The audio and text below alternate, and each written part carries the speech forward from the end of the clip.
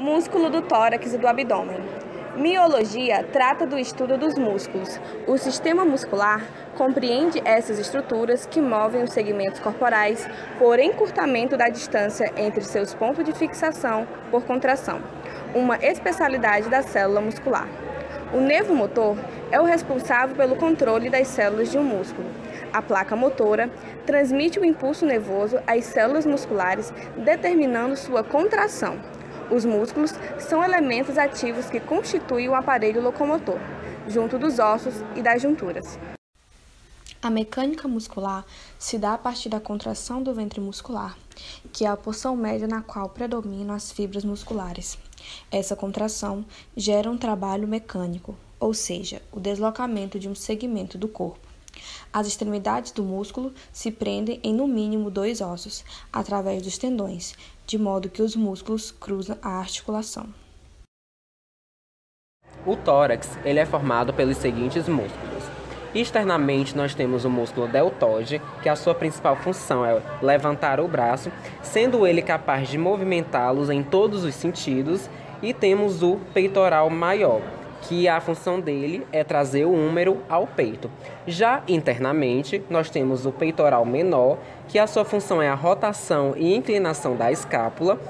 Nós temos o músculo serrátil anterior, que ele empurra a escápula para frente e por volta da caixa torácica e também ajuda a estabilizar a escápula. E também temos o músculo intercostal externo, que ele produz o aumento da caixa torácica, ajudando principalmente na respiração. O diafragma é um músculo delgado em forma de cúpula côncava para baixo, que separa as cavidades torácica da abdominal. Ele possui papel relacionado principalmente à mecânica respiratória. Além disso, ao realizar contração, desloca-se para baixo, de tal forma que comprime as vísceras abdominais e aumenta a amplitude do tórax, aumentando também a pressão interna do abdômen. Falando a respeito dos músculos abdominais, nós podemos separá-los em músculos ventrais da parede abdominal e os músculos laterais da parede abdominal. O principal músculo ventral da parede abdominal é o músculo reto do abdômen. Ele tem a função de fazer a flexão do tronco, a pressão abdominal e a expiração. Nos músculos laterais da parede abdominal, o músculo oblíquo externo do abdômen consegue ser ativo unilateral, girando o tórax para o lado contralateral e fletindo a coluna vertebral no lado ipsilateral. E também consegue ser ativo bilateral, fazendo a flexão do tronco, a pressão abdominal e a expiração. O músculo oblíquo interno do abdômen tem a função ativo unilateral, girando o tórax para o lado ipsilateral e fletindo a coluna vertebral para o lado ipsilateral. E é ativo bilateral, fletindo o tronco, a pressão abdominal, a expiração. E por último, o músculo transverso do abdômen, que se localiza nessa posição, tem a função de auxiliar na pressão abdominal, na expiração, e o músculo cremaster puxa o testículo para cima com os envoltórios do testículo.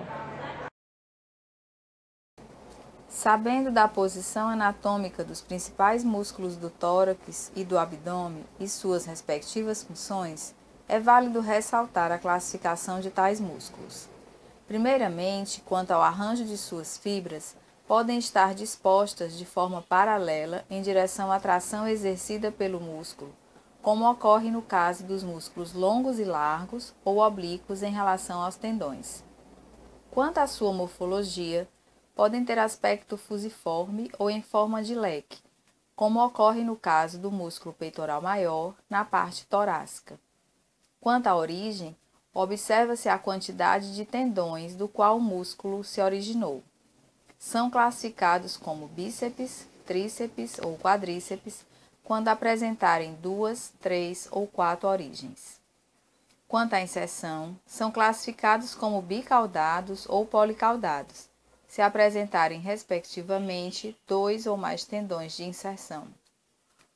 Quanto ao ventre muscular, alguns músculos que possuem 2 ventres musculares são classificados como digástricos e poligástricos se apresentarem mais de 2, como é o caso do músculo reto do abdômen na parte abdominal. Quanto à ação, essa classificação irá depender da contração do músculo. se este é flexor, adutor, pronador, e assim prosseguem com uma variedade de ações.